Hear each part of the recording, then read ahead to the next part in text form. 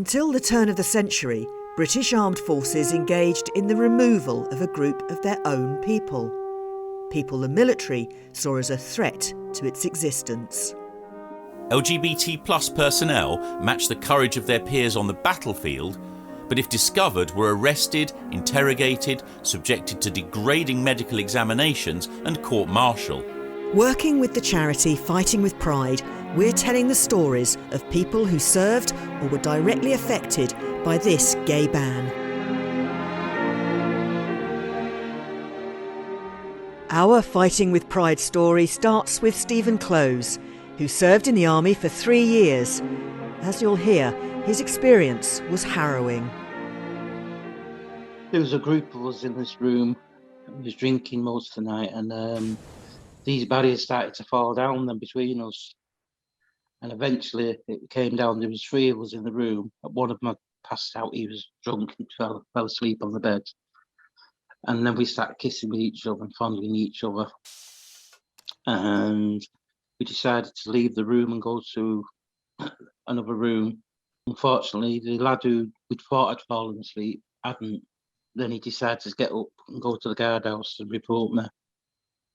We was taken to the medical examination. Well, the actual SIB officers ordered us to strip off naked. And they placed a piece of paper on the floor, like a rape kit. And as we took our clothes off, they bagged them. And then they wrapped the paper we stood on. They bagged that as well. And this was before DNA. So they took pubic hair samples, saliva samples. Then we had to lie on the beds while they looked up our backsides to see if we'd penetrated each other and all this. This was done with people actually watching outside the examination room. The doors were left open, and the sergeant medical orderly, he was stood at the door, and he was sort of giving a silent commentary to the people in the waiting room exactly what was happening. Military police went through my locker. They collected underwear, bedding, personal letters, photographs, everything. That was all bagged and taken away. Then we went back to the HQ where we was interrogated once again. And by that time I was completely physically exhausted and completely broken then, and that's when I admitted to it and confessed. We was treated with utter contempt, really. We was disgraced to the army. So we was relieved of all duties. I was rehoused in a disused part of the barracks, what was falling down, really. I was completely isolated from the rest of the battalion. I was beaten up a few times. I was sexually assaulted. But I couldn't report it because they just washed my hands of me. They was disgusting me. I think it was worse than espionage if it was actually found out. Then when the court-martial eventually came, we had no legal representation. I asked for legal representation, and he said, no, it's an army matter. You'll be appointed an officer who will represent you. I think the officer had just come out of Sandhurst. He'd not even been in the army 6 weeks. He didn't say a word in the court case whatsoever. It was just all the prosecution. Nothing was put forward on my side.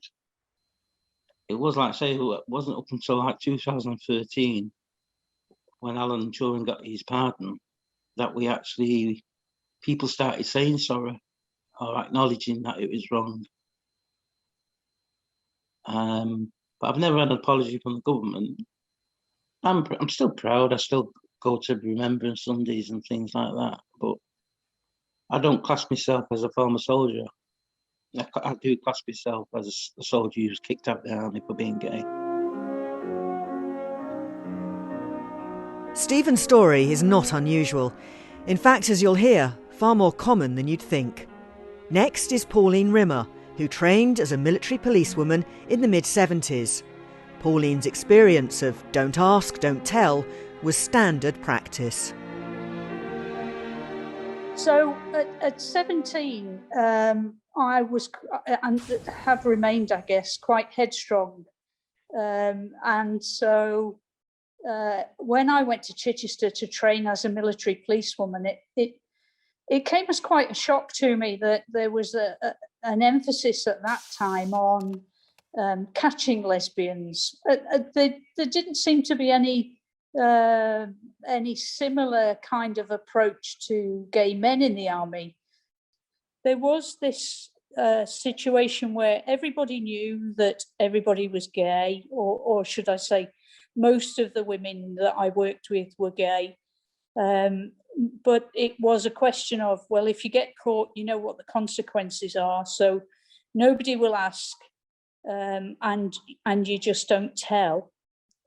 Things came in waves, and you would know that the SIB were coming in, the Special Investigation Branch of the military police, and people would frantically dash about their barrack rooms, hiding letters, hiding photographs, taking down anything at all that could be construed as an indication that you were gay. I was discharged about 2 weeks before Christmas, 1977. And so spent Christmas in bed and breakfasts, looking for somewhere to rent. It was just, it was a very low time. I literally wandered the streets looking for work, sitting in cinemas, watching films, and then at 8 o'clock at night going back. Of course, I had no money. I left the army with my car and the belongings that I put in the car, because it was something that had happened very quickly. I had no money, I had no savings.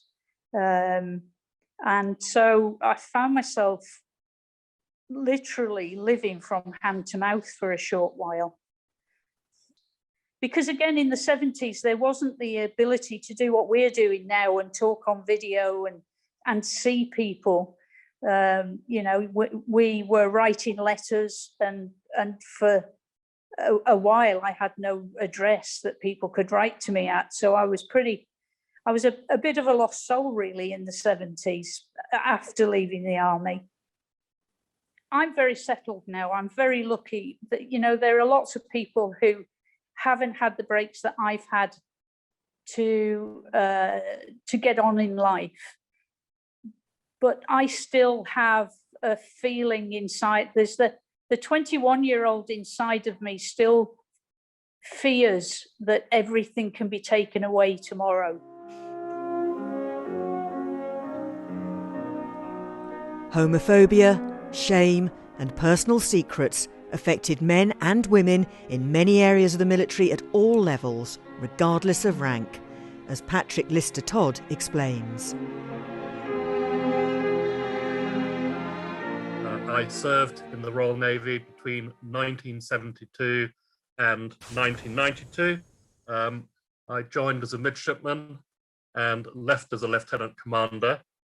And my role predominantly was as an executive branch officer. By the time I left, I was what was known as a principal warfare officer, and also command qualified. The hint of where I would have at least got to, I think, was in the fact that my next position was as second in command of a Type 42 destroyer. Who knows after that? I would have been very happy to have continued in my career as a lieutenant commander, but I would have hoped at least commander. My father made colonel, so who knows? In my first main warship on the trained strength, I became what was known as the confidential books officer, which basically meant that I looked after all the classified books and their upkeep, their security, but more importantly, all the crypto material which was used to decipher communication. You would have to go through a full process of what was then called positive vetting, with a couple of referees, quite a pause whilst the vetting agency would carry out all sorts of research into your friends, then conduct an interview with you. They would go and interview your referees and their friends and their compatriots and so on and so on.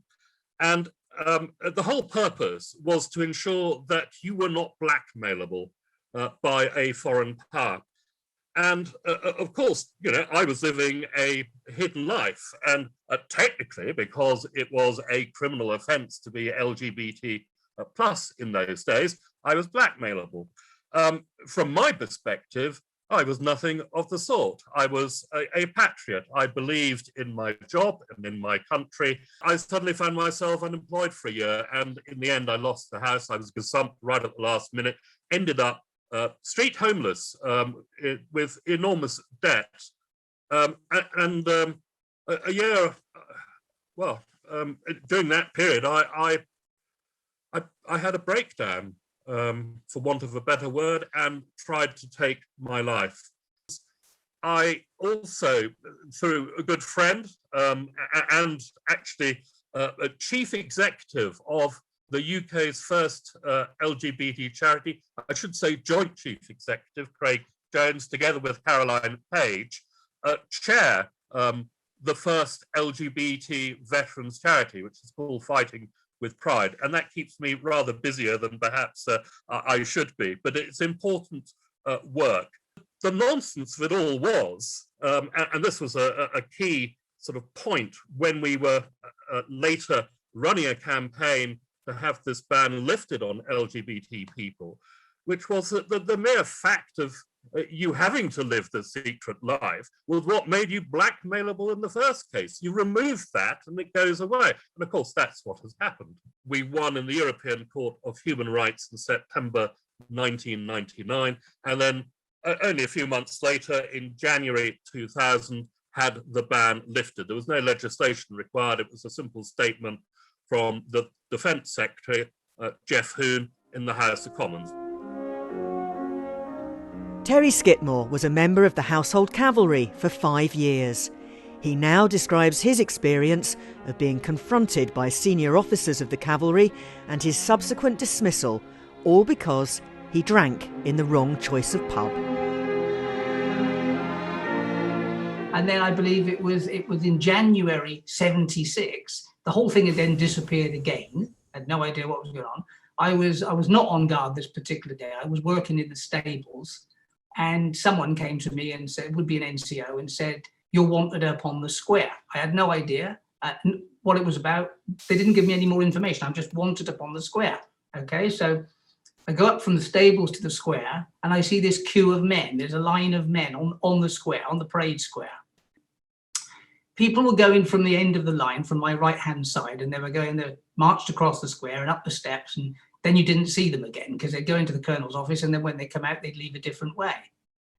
And when it was my turn, it was just one at a time. When it was my turn, I was marched across the square, up the steps, into the colonel's office. You go in and you salute and stand to attention because the man's a colonel. He had an entourage of people around him, other officers around him. I can't remember exactly who, but there would be the squadron leader and there was the quartermaster and things like this. There was about 4 or 5 other officers standing in a semicircle behind him. And I really can't remember what he said, but it was to do with where I was drinking and that my services were no longer required and my last day would be January, whatever it was. And he spun a piece of paper around on the table and told me to sign it. Now, look, at my age nowadays, I wouldn't sign anything unless I'd read every word, okay? But quite honestly, when you're that age and you're in front of a colonel and you don't really know why, he tells you to sign something, you just sign it. So homosexuality, as you know, was legalized in 1967, but the stigma was certainly still there in the 70s. I mean, some people are still twisted nowadays, but I mean, it's the stigma was there. So unless anybody ever, came into some bedroom somewhere and caught you in bed, I mean, how could anybody prove your sexuality? I don't know other people's sexuality unless they tell me. And you can sort of guess and make mistakes and all sorts of things. But because we weren't allowed to be gay in the army, or we weren't allowed to be openly gay, people didn't mention it. So I've always assumed now, it was based on an assumption that we were gay. Of course, we've come up against a brick wall because everybody says, "Oh, it's so long ago. All the records are gone. All the paperwork is gone. There's nothing to be found," which is very convenient because there is no answer to it. There is no answer to what it was really all about. Obviously, many years have gone by, and if I never get an answer, if I go to my grave without an answer, that's just the way it's going to be. And I'm openly gay man nowadays with a boyfriend, and I mean, really, you know, I haven't got any. I can talk about this because I've got no problems in Civvy Street. You know, in the year 2021, I can talk about being gay. Where was the charge? Why wasn't I court-martialed? If I'd done something wrong, where was the charge? Why wasn't I court-martialed? Why did they give me a very good military conduct record? Why did they just simply say, "We believe he's got ability, but he's more suited to civilian life"? What the hell does that mean? And from that, we were denied a career. We were taken away from our friends. We were denied a pension. I mean, I've got a pension from a different company altogether these days, but we were denied a pension, which we would have had nowadays. And, you know, yes, I suppose deep in me there is some pain, but I don't let it surface very often. Elaine Chambers' professional and private life came to an abrupt halt as her personal letters and diaries were read. As you'll now hear, it wasn't just Elaine's life that was negatively affected. My rank was private initially while I trained to be a nurse in Queen Alexandra's Royal Army Nursing Corps. By the time I left, I was a lieutenant and a junior sister, as I'd successfully applied for and obtained a commission. Excited, nervous, proud, and yeah, it didn't take very long to realise it was absolutely the right choice of career for me to have made. I'd started out on a short service commission of 3 years, but I already knew I wanted to apply for midwifery training, and I already knew that the amount of time it would take to wait to get on the course, do the course, pay back double the length of the course time that you would owe for the army having paid for your training would have taken me very close to the end of my maximum 8 years that you could do in short service commission. And my plan would have been to have applied for a regular commission, and that would have allowed me to serve until the age of 55. I had a very clear career path marked out as far as I was concerned. Looking back, you know, with the wisdom of hindsight, it was entirely that simple. It was sheer, utter bad luck of something being, you know, a flippant comment being made quite innocuously, leading to an absolute disaster, not only for me, but for numerous other people who got caught up in the web because of my letters and diaries having been taken. My own investigation, it seemed after the first massive set of questioning that it shifted because they knew I was not guilty at all of the allegations against me, which were horrific. And although they never translated into charges, they had enough evidence from my letters and diaries and me being brutally honest with them, as I've been legally advised by a military legal person, to get rid of me because of my homosexuality. And that in itself in the military then was to make you criminal. You were a criminal just for your existence, never mind anything you may or may not have done. So I knew my career was over. But when they took away my letters and diaries, then they widened the net and they went and investigated friends around the world and threw them out, people who weren't even involved in my case in any way. There's a possibility to actually put right now those wrongs from then, because, you know, ostensibly to people who weren't involved, you would look at it and you go, oh, for God's sake, stop whining. You got your compensation, you went to court, the ban was lifted, people can serve freely now, isn't it all lovely? You should all be happy. But the fact of the matter is, we were treated abominably by the Treasury Solicitor of the Ministry of Defence for those 14 years. And, you know, the compensation was derisory. The way in which they worked out how much to compensate us was, frankly, the most insulting so-called formula I've ever seen in my life. So, yeah, there's still stuff to be done. And I think it would be wonderful if, you know, groups like Fighting with Pride and, you know, any of the other military support groups who back in the day didn't particularly support us and weren't particularly welcome. So although we were veterans, the fact that we were LGBT veterans meant we couldn't go to some of the places we would traditionally have gone to. And it's changing, thank God. You know, there are now LGBT branches in the Royal British Legion. Things are changing. There is an awareness that, you know, we have as much right to support and services as any veteran. And that's brilliant. So yeah, you know, there's definitely a case to be answered, and they could still do something wonderful to just help kind of soften the difficulties and the hardships of all those many, many, many years. Carl Austin Behan OBE now tells an incredible story of his time in the RAF and his subsequent work to highlight the plight of the LGBTQ+ community in the British forces.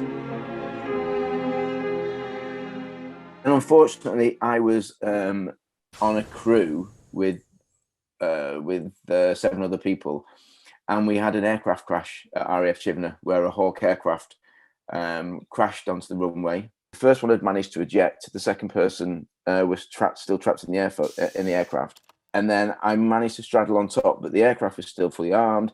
It was fully fueled. There was things ricocheting off. Managed to get the pilot out because of the fact that, you know, it was a live ejection seat. Basically, I was sat on top of a bomb.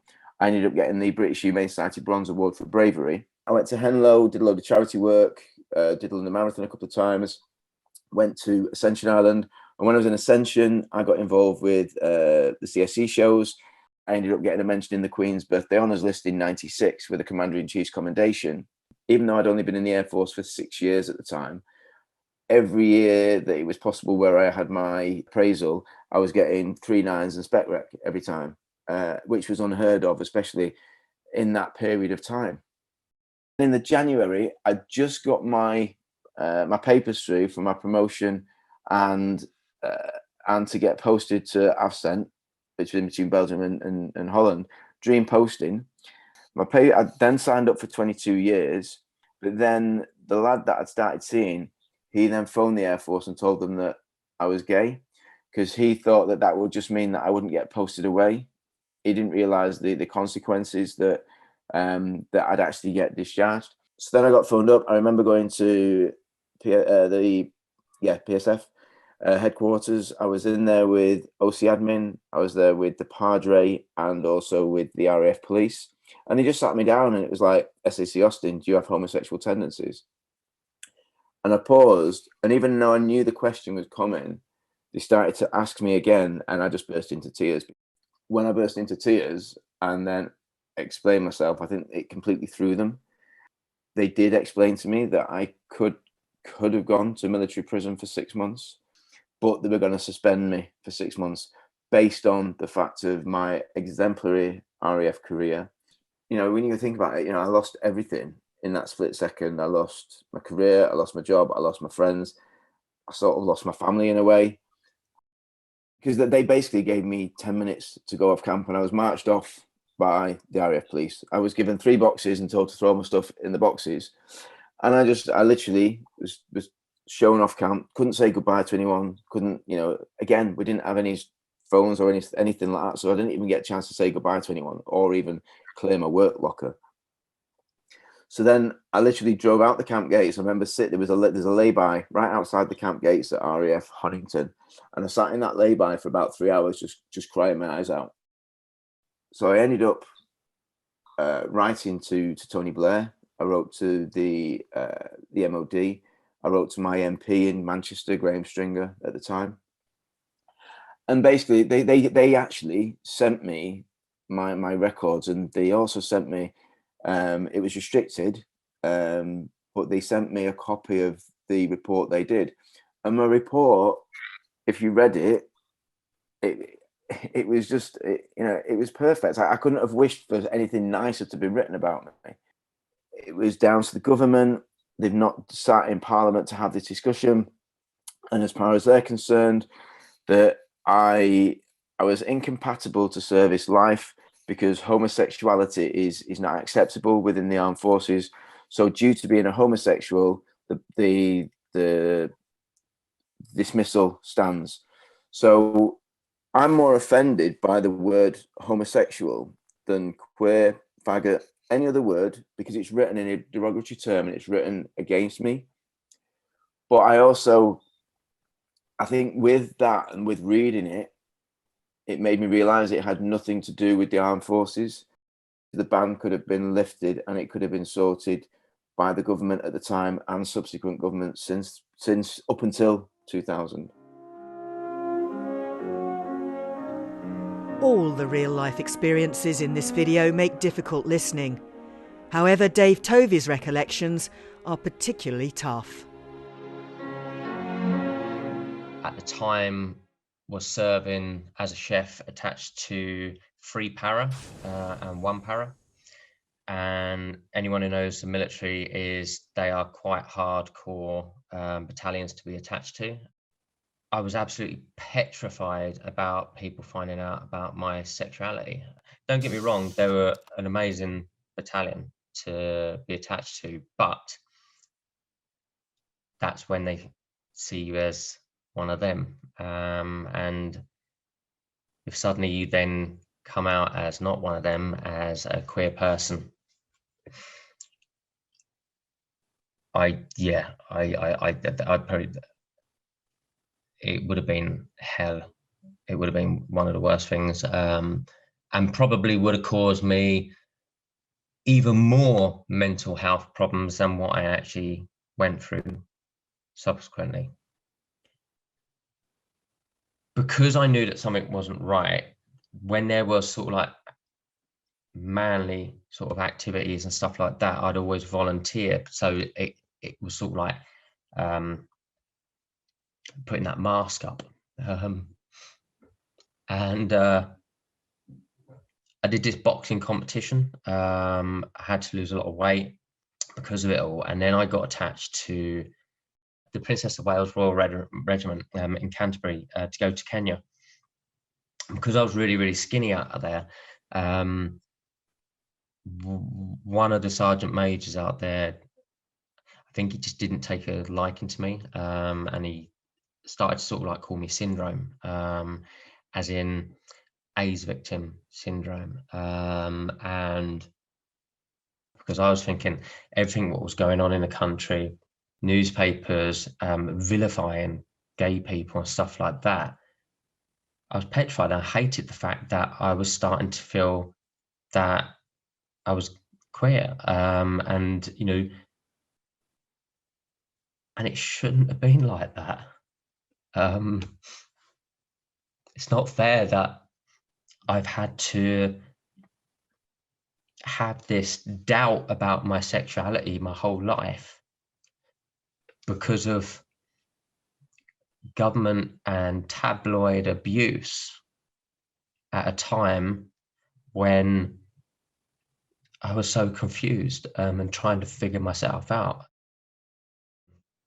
Because I made a silent movie about HIV awareness, where I went around London with sandwich boards with statistics of HIV and AIDS, and I mixed that in with photography from my life, from when I was a baby to the last photo that was taken before I was diagnosed with HIV. And my instructor was like, this is so personal, brutal, but beautiful, that I see this is the type of work that you have ownership in. You're so good at it. Then decided to make Unknown Soldier. It was me telling the world, I suppose, that all my inner darkest secrets, from the suicide attempts to my terminal illnesses, my hate of who I am, my diagnosis, etc., my sexuality, everything is all in this film. I was really, really lucky that several times for people to save my life. And I think this is what I mean about all these barriers and people there to knock you down, but there's always those really special people to pick you up. Sorry.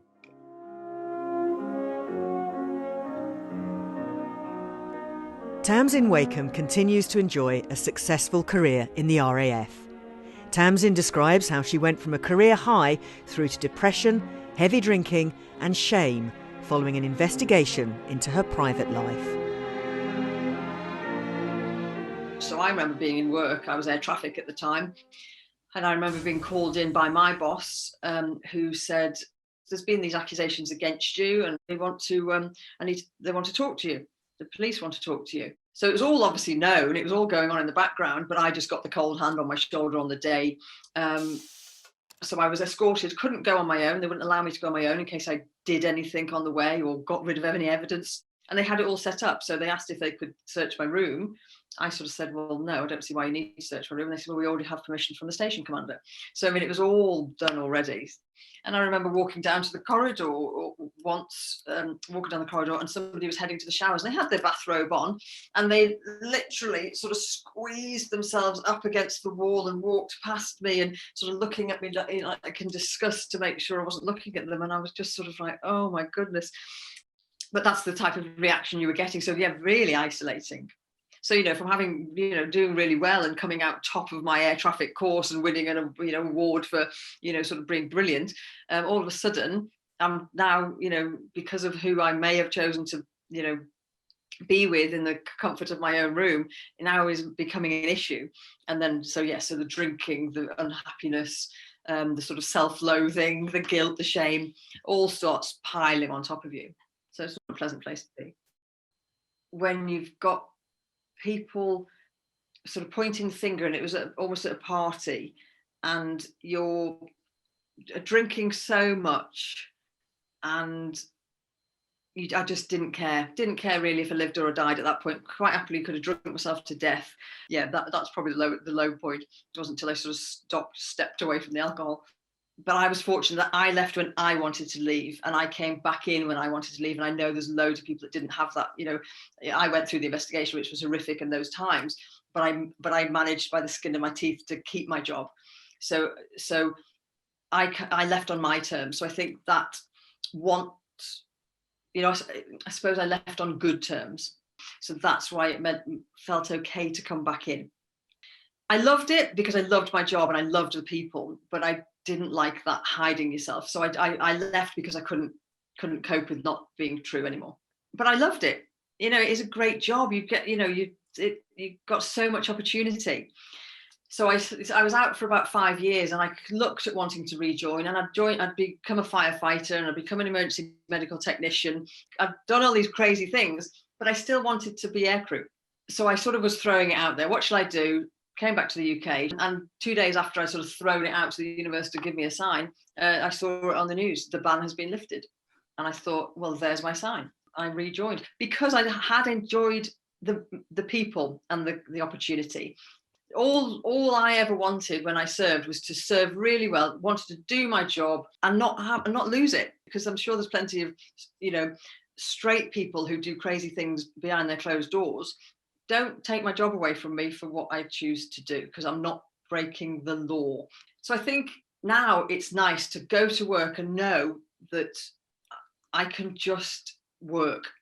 You know, I mean, you think, wow, I've come from a girl, little 19-year-old who was nearly booted out, to here I am stood in the House of Commons for the same reason. So you're here, you're nearly out because you're a gay woman, and here I am stood in the House of Commons, you know, chatting to sort of Johnny Mercer and various others because I'm a gay woman. I mean, it's madness.